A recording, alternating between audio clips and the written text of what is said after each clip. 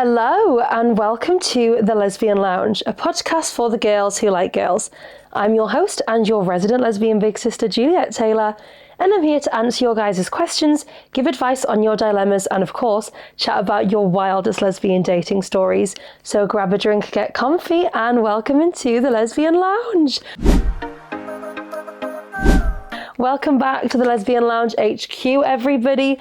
Do we notice anything a little bit different? If you're a visual watcher, you might notice I have some new fabulous prints behind me. We have Eat Your Fruit and Veg and Femme de la Femme. I'm sorry, Eat Your Fruit and Veg. Are you joking? Fruit and veg. But vag, because we're lesbians. Like, I'm obsessed. It's iconic. These prints have been very kindly gifted to us from Croissant Culture, so make sure you go and check them out. I actually have another one saved to put in my house, and it says, "Chef was cute, would eat here again." But imagine here, obviously it's spelled H-E-R-E.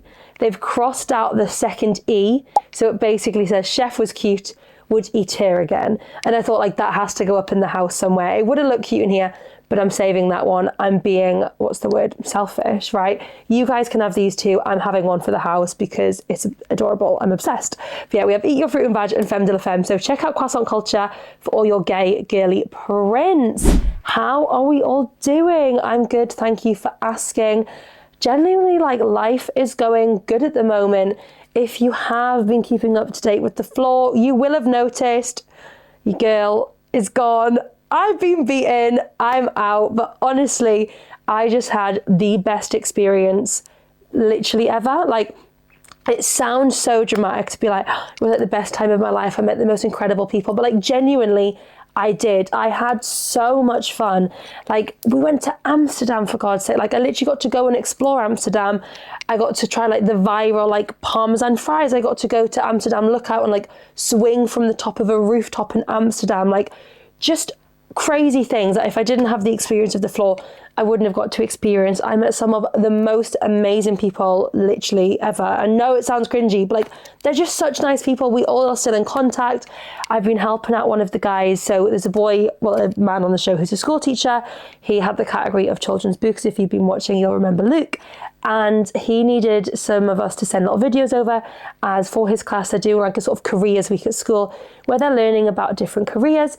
So yesterday, Lucy and I filmed a little video for them, me talking about the podcast, social media, and Lucy talking about owning your own business at 24. Obviously, she owns her own bar, The Raven.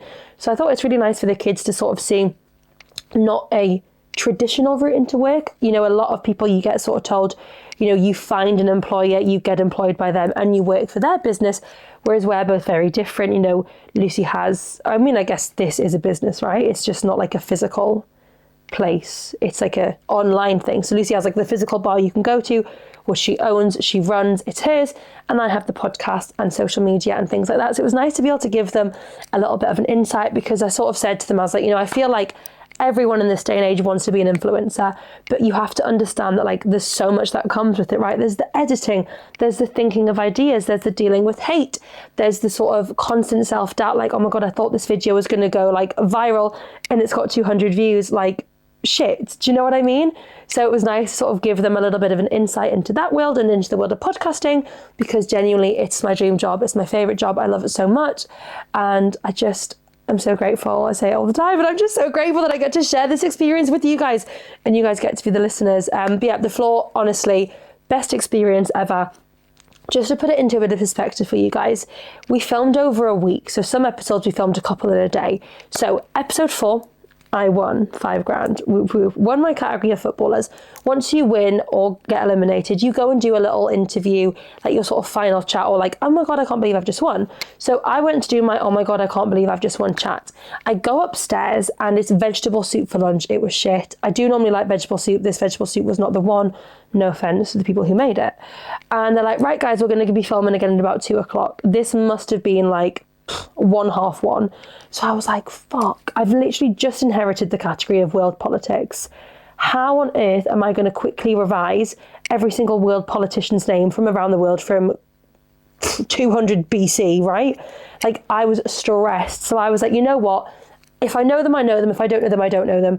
So I was on FaceTime to Lucy being like, oh my God, babe, I've just won $5,000. Like, can you believe it? Then I was like, oh shit, I've got to go. We're going back to film. So I'd already been speaking to my friends, like everyone sort of knew world politics is around us. And I'd made it very clear that I didn't have a clue about world politics, right? Like, it's just not something that interests me. Do you know what I mean? I understand like we all need to like be a little bit political and not be voting for like the wrong parties, but like I don't think too deeply into it. Like I don't know the names of every single politician that's ever lived, right? So I sort of told my friends like, I don't know anything. And one of my closest friends, Mackenzie, was now like within battling distance of me on the floor because of how my squares, because I'd gained so many squares, had now reached up to Mackenzie. And I was like, honestly, like just battle me on it. Like you can win, you can beat me. And then hopefully you'll still have the most for at the end of the next episode and you'll win the money. And funnily enough, literally, we get on set. Okay, the guy who it was on, he decides to go back to the floor. So it's let's light up the floor. Who does it land on? Mackenzie. Like, you couldn't make this shit up. But by this point, I was tired, right? We'd been filming maybe like 3-4 days. At this point, getting up at 7 a.m, filming till really late, not getting to sleep till really late, doing it all again the next day.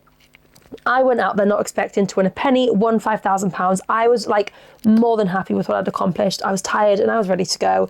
And I would have rather been taken out by a friend than someone that I hadn't really spoke to. So literally it lands on Kenzie straight away. I thought, you could not make this up. So I wish it cut to my face because I just burst out into laughter because I know exactly what's coming. And I think everyone on the floor does too, even though Kenzie has to be like, oh, you know, I could probably do this. I don't know a lot about that, but it's going to be world politics. And you can literally hear when you watch it on YouTube back, because you can hear the sound a little bit better, you literally hear me be like, come on, Kens. And then when we get up to battle, I'm like, hey, bestie, because genuinely he was my best friend on the show. So it was really nice to be up there with him, even though he did know a fair few more politicians than me. Yes, I did confuse Margaret Thatcher for Theresa May, but I got Rishi Sunak, David Cameron, Joe Biden. I got Theresa May and Margaret Thatcher. I just got them confused.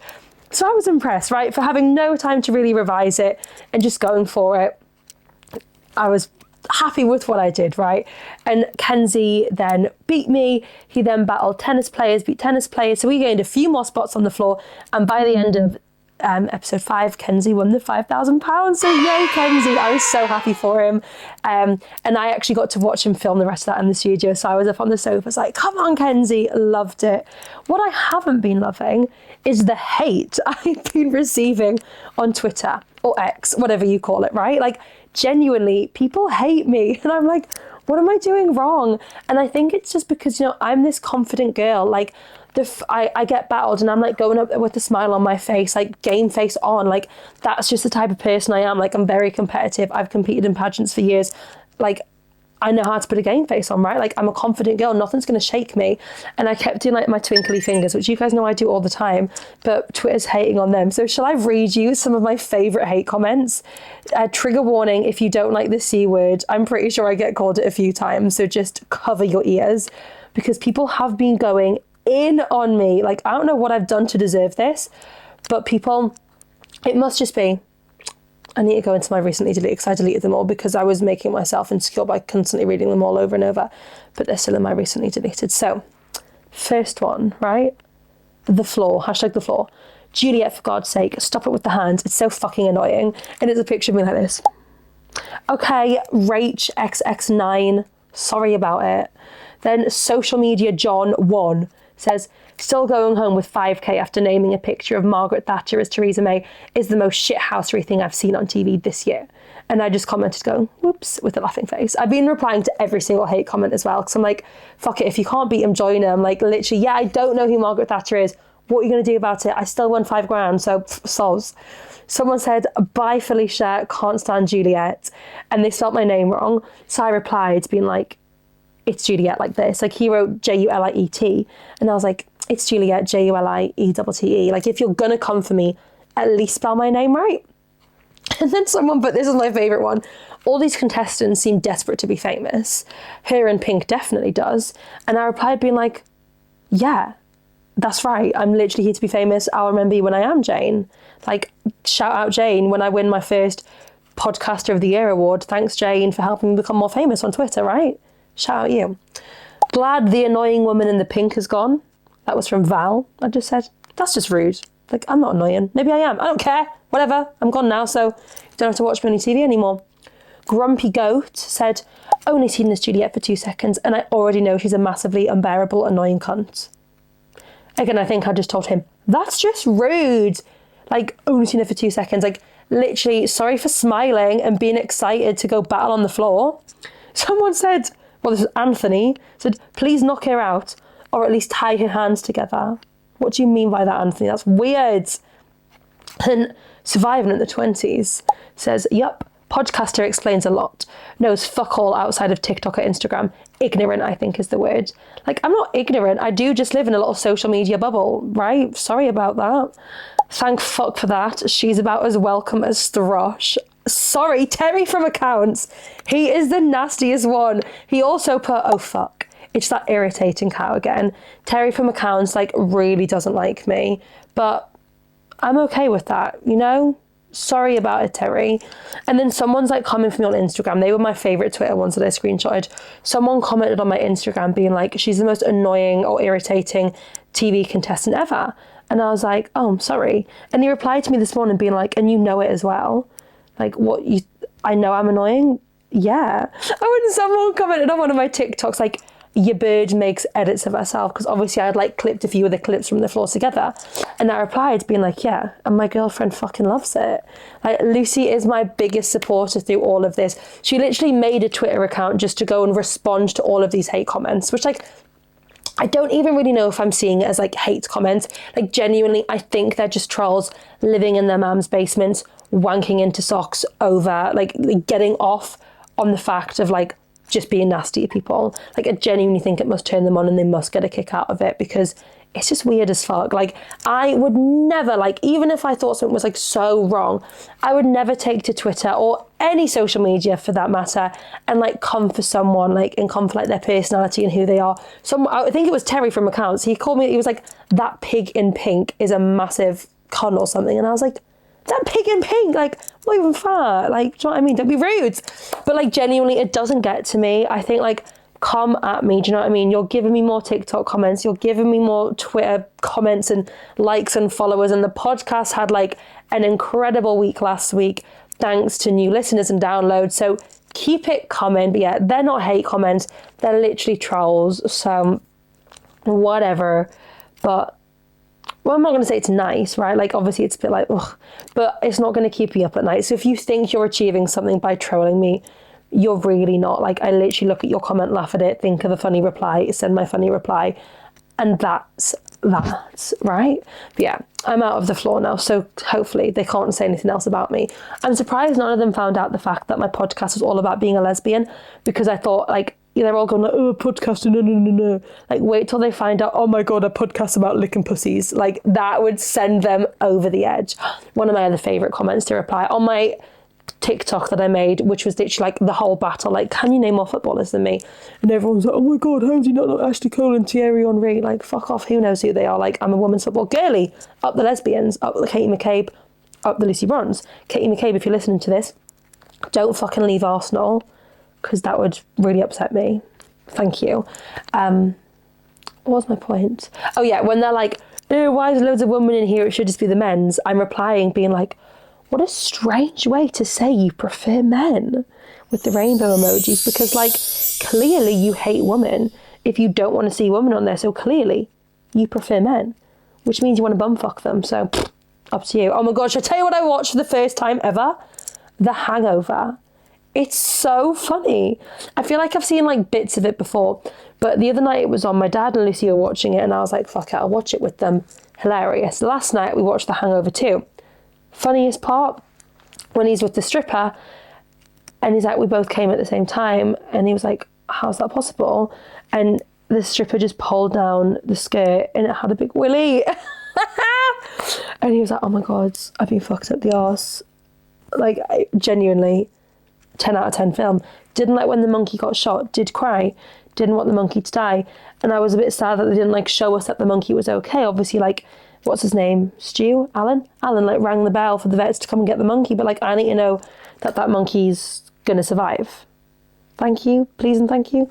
Maybe in The Hangover 3 they're going to tell us that. Maybe I need to watch that. Please tell me if the monkey survives, because genuinely Lucy had to cover my eyes because I was getting a bit emotional, because it was just a really cute monkey, even though it was like smoking and dealing drugs. But still, like, animals can do no wrong in my opinion, right? Anyway, I feel like we're on a ramble now. Don't really think there's anything else to update you all on. There is still exciting things coming. Like this magazine I interviewed for is coming out soon, but I'm not going to tell you the name until it's out because it's a new business as well. So I want them to be able to do all the announcements and stuff, and then I can tell you all about it. Obviously, we have our croissant culture picture, so check them out. But yeah, big things coming, so just keep your eyes peeled. So without further ado, let's jump straight on into this week's episode.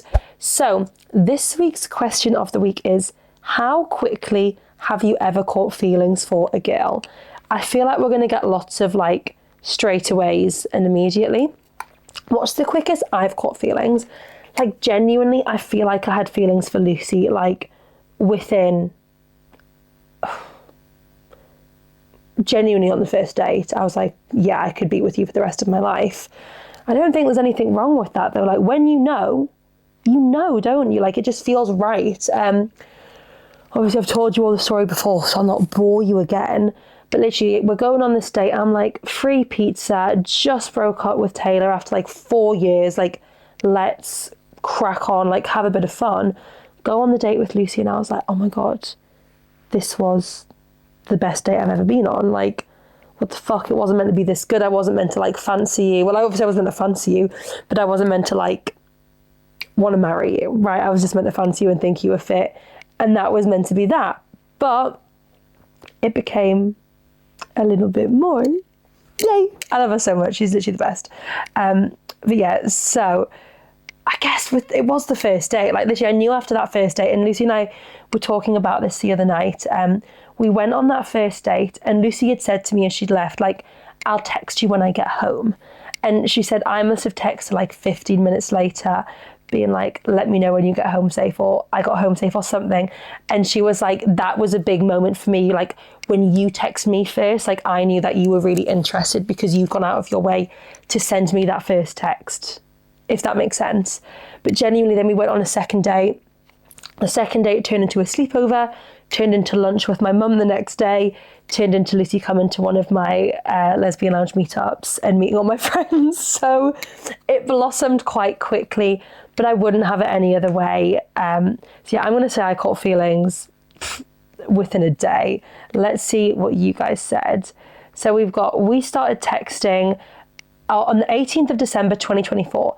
By the next night, I was already giggling and twirling my hair, etc. We've now been together for over a year and we're engaged and living together.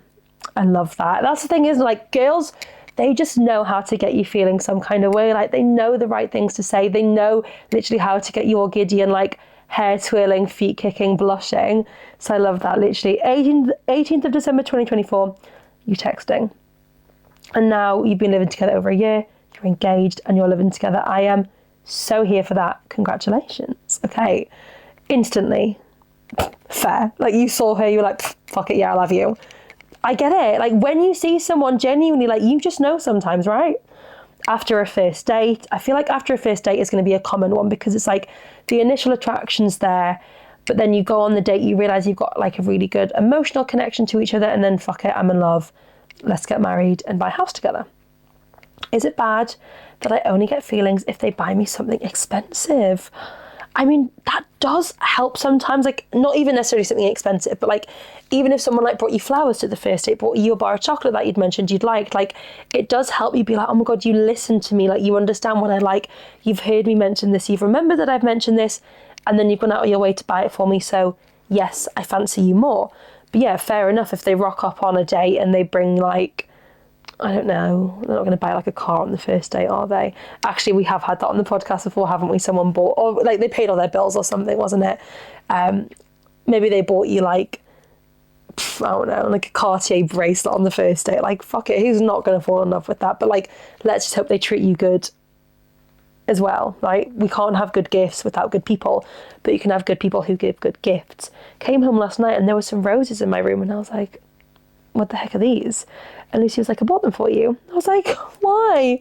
And she was like, I don't need a reason to buy you flowers. I just saw them and thought of you and wanted to buy you them. And in that moment, my vagina got instantly wet. My heart just dropped. I was like, oh, I love her so much. Is that a bad saying my heart dropped? Maybe. I don't know, my heart just was like, oh, you know, when like you feel the love in your heart and it's like, oh, I love you. Like, I'm so lucky. I love her. Love you, Lucy. I know you're listening to this because you listen every week. You're my biggest fan. Actually, you might have to fight with Jill to see who my biggest fan is, because Jill's quite the fan of the pod, right? Like, Jill and Lucy, number one fans. Actually, Lucy, it wasn't your number one on Spotify Wrapped. It wasn't your most listened to podcast 2025. So, fuck you. A week after looking at someone for 3 seconds, wow. Literally, that is love at first sight. 3 months, that's a little bit longer, I think. Like, especially in lesbian terms. In a straight relationship, God, it probably takes men like 3 years to like be like fully into someone. But women, 3 months, I feel like that's on the longer side in lesbian relationships. For me, it's not about looks. So it can take me like a month or so to catch feelings. Yeah, fair enough. Like, if it's not about looks and it is about personality and really getting to know someone, then you need time to really get to know someone before you really have those feelings there. So that makes sense. A few days, a week, before I even meet the girl, before I even met the girl, before I even knew her name, I started getting mad feelings for a girl I'd never spoke to, and all the while she was feeling the same. It was fate. Oh, no way. So you hadn't met her, you didn't know her name. It's like maybe you'd like seen her out in a club, like seen her out somewhere. Can't be social media because surely your names are on there. Like, you've seen her out somewhere, you're thinking, oh my God, she's gorgeous. She's thinking, oh my God, she's gorgeous. You said something, you both are feeling the same. Now you're in love. I love that. 2 days of actually talking to the person a week after I'd first ever met them. Got you. So you'd met them like within a week, you'd seen them 2 days in, sorry. Did that make sense? No. We've got a week timeline. How many days are in a week? 7. So 5 days you've been chatting online. Then the next 2 days you're meeting in person, or the next day you're meeting in person, and then boom, you're in love. Cute. Obsessed. One girl called me a gentle woman when I picked up a pen for her, and I caught feelings instantly. Ah, obsessed. A gentle woman. What did I call Lucy? Oh, we were in the gym the other day, me and Lucy were, and she didn't carry my weights for me. And I was like, I'm going to get a gym boyfriend. And she was like, I'm your gym boyfriend. And I was like, then carry my weights for me. They're heavy. They're like 6 kilograms. So she did. So she's my gym boyfriend. Thanks, baby. Instantly, one time I literally just saw a girl and immediately decided I was in love with her. Fair enough. Let's do one more. A few months maybe. Again, I feel like a few months. Like, it's giving on the longer side for lesbians. Like, I feel like most lesbians, well, especially by that response, it's like same day or at least like same week latest, right? Like, I mean, I can see how you can have love at first sight. I can also see how it can take longer to form that connection where like you really understand each other and you're like, yeah, like we are compatible. It's not just, I don't just find you attractive, like I like who you are as a person and I want to continue to get to know you and be with you. Because there's a difference, isn't there? I guess there's a difference between just finding someone attractive than like fully catching feelings, because you can find someone attractive, but they could be like an awful person who you then, yes, you're still attracted to them, but do you necessarily want to be with them? And yeah, I don't know. It's hard, isn't it? Because sometimes people's looks they can sway you. Okay, shall we jump into some dilemmas? I think so. We've got some good ones today. So strap in, straps on. Let's jump into the Lesbian Lounge inbox. Hey, Juliet, I love your podcast and appreciate the open and accepting discussions about fetishes. How long should someone typically wait before bringing up a personal fetish or kink? Particularly if it's something less conventional. Oh, I'm intrigued to see what we're thinking. I feel like a foot is a very conventional, is that the word? Conventional. A foot is a very conventional fetish, I would think. What else? Kinks and fetishes, like being tied up, ice, feet. I feel like they're very like common, well spoke about fetishes. So let's see what you've got going on in there. For example, I would love to lick my girlfriend's armpits during sex, or ask her to spit in my mouth. We've only been dating for about 6 weeks, so I'm wondering if this is too soon to share these things.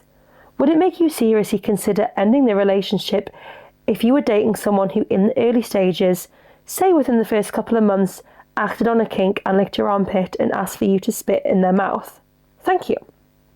Okay, I think you're in the perfect time to bring this up. Like 6 weeks is a good time. Like, you know, we've had the girls who 2 months in, they're like, oh, by the way, I'm on OnlyFans. By the way, I want an open relationship. By the way, I want to suck your toes. And it's like, the sooner you get it out of the way, one, the less you're going to be thinking about it, having it consume your mind, thinking like, oh my God, I really want to do this. But the longer you leave it, the harder it's going to be just to tell them, whereas you're still in that getting to know each other stage. So let her get to know you and let her get to know what you like. And what you like is, you want to lick her armpit.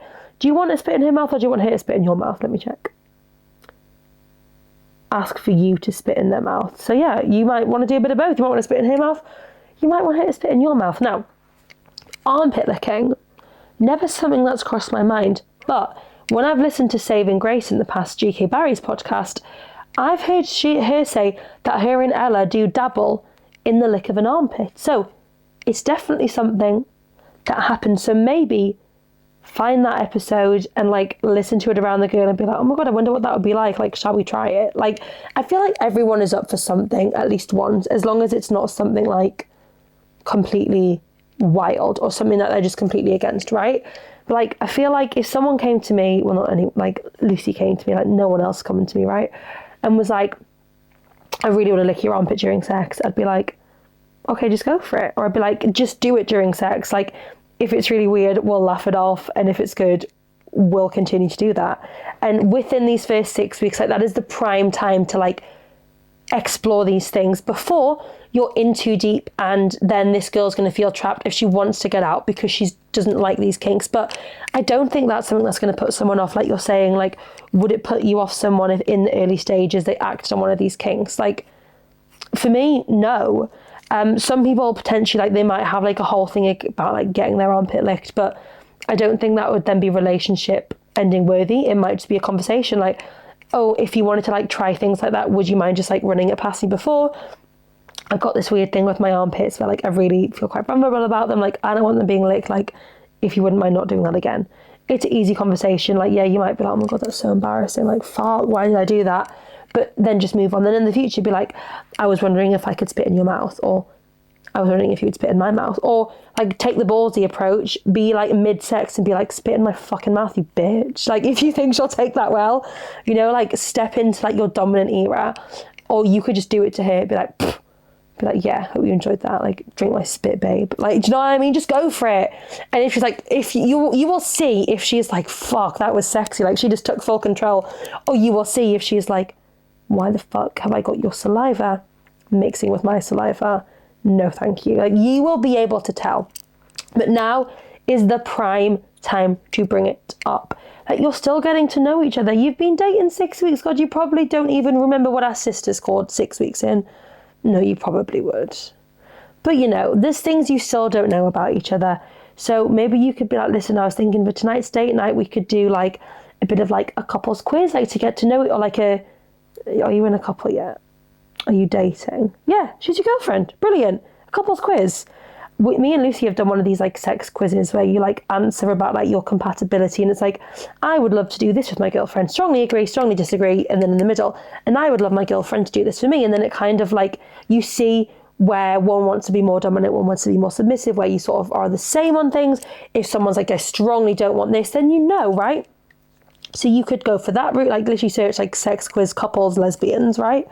Or you could literally just sit down and be listen, I've got something I want to say to you. I didn't want to leave this to months down the line when we're dating, but I really fancy your armpits and I want to lick them during sex. And she'll either be okay, yeah, whatever, go for it. Or she'll be oh, I don't think that's for me, but we could try it. We've got so many people who've written into this podcast. We've literally got someone willing to have a one-sided open relationship because that's what their girlfriend wants, right? So I'm sure if your girlfriend really loves you and is really, really willing to give things a go for you, she'll be willing to have an armpit lick at least once to see if she likes it and to satisfy you and your needs and your wants.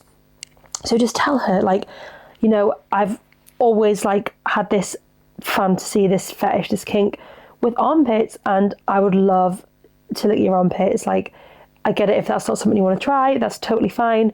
But could we maybe give it a go? Or you take the other route where you just go for it and see her reaction. I guess you need to like be a good judge of character and see if you think she'd like an in the moment thing, or if she'd like a little bit of a heads up.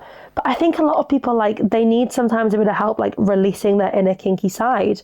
Like, you know, sometimes once you've done one thing like that, she might completely step into her kinky era and start trying all new wild things with you. So definitely before it hits, you're 6 weeks in, I'm going to give you a deadline. You've got until the 8-week mark, because that's then like 4, 8, 2 months? I can't do maths. 4 weeks in a month, you 6 weeks in. So is that a month and a half? I don't know. You've got until week 8 of dating, however many months that is, I don't fucking know, to tell her. However it is you do it, tell her, do it, go for it, yeah? And genuinely, the worst thing that can happen, like worst case scenario, is she goes, oh my God, that's not for me, and breaks up with you. And that's almost, in a way, a good thing for you. If not, we don't want that to happen, but if that's not for her and she leaves you, good, because you don't want to be with someone who you're not going to be able to explore your kinks and fantasies with, because you're going to spend the rest of your life going, what if I was with someone else and they would let me lick their armpits and they spat in my mouth? So if you tell her and it's a bad reaction and she breaks up with you, brilliant, you can go and find someone who's going to let you lick your armpits and spit in their mouth. But I don't think that's going to be the case. I think she's going to be really understanding, and she's going to be like, yeah, let's give it a go. I'm willing to do anything for you. I'm going to try it for you, babe. And we'll go from there. And she might fucking love it. Who knows? Then she'll be coming to you going, right, since you wanted to lick my armpit, I now want to lick your bum crack. I don't know. Do people lick bum cracks? Personally, I don't think that would be for me. But again, everyone likes what they like, and we're not here to judge. So you guys lick toes, bum cracks, vaginas is normal, right? Earlobes, wherever you want to lick, you lick, and you enjoy. Love you all. Moving on. Oh, I'm going to go home to Lucy tonight and go, babe, lift your arm up. I'm going to lick your armpits. After she's had a shower, of course. I'm not licking a sweaty armpit. Ew. Okay, this is wild. Are we all fully prepared for this? Hi, Juliet. My girlfriend has a tattoo of her ex's name in her pelvic area. I'm sorry, we just need to take a moment. Like, imagine you're going to go down on a girl for the first time and, like, right above their coochie is a name. And that name's not yours. It's the name of her ex.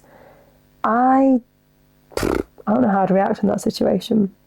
Let's carry on. It's not something I particularly enjoy seeing when I'm about to go down on her.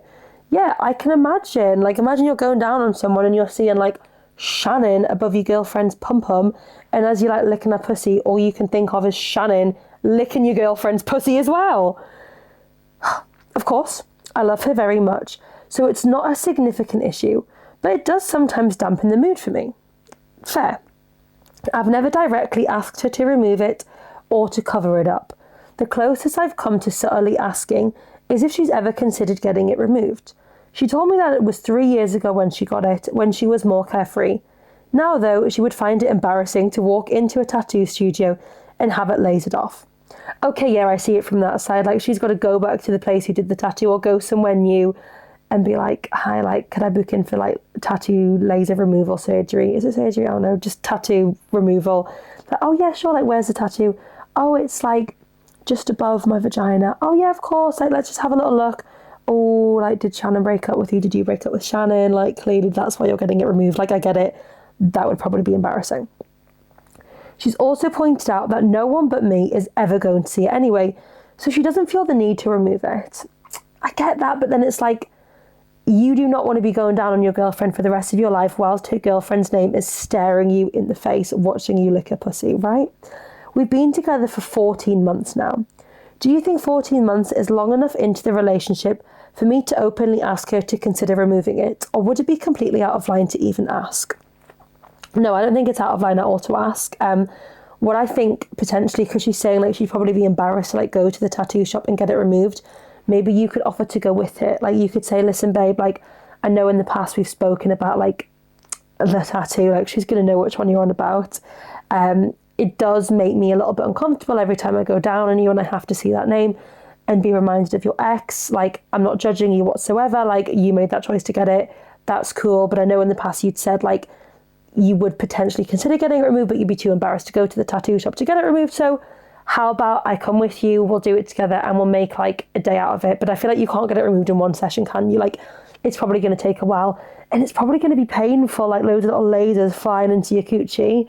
But I think offer to go with it. Now, we're just going to, like, deviate slightly off track. So when I was away with the floor, one of the boys was like, I want to come on the podcast. And I was like, well, if you can answer me a dilemma and give some good lesbian advice, then I'll consider it. So this was actually one of the dilemmas that I sent to Connor. Obviously, everything's anonymous, so nobody knows who it's about. So Connor's response to this was, a real trooper goes down regardless.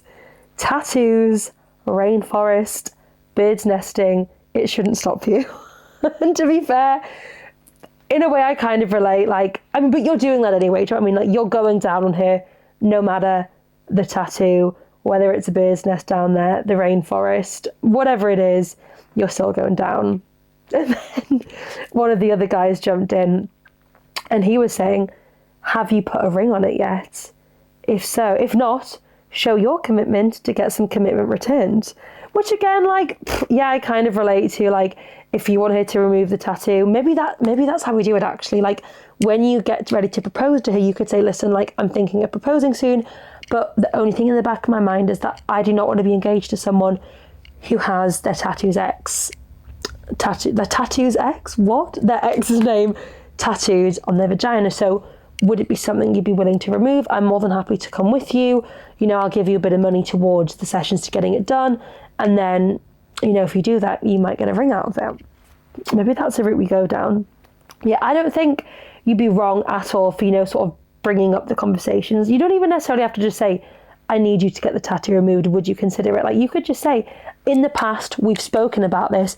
It is something that makes me slightly uncomfortable. Obviously, it doesn't stop me from enjoying sex with you and going down on you, but I think it would enhance our sex life if I didn't have to look at Shannon's name every time I ate you out. So saying that, why don't we go to that tattoo studio and we'll get it lasered off?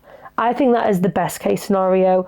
I don't think she can really take, like, offense to that and be like, how dare you, like, ask me to do that? Like, this is my body, it's my choice, I can do what I want.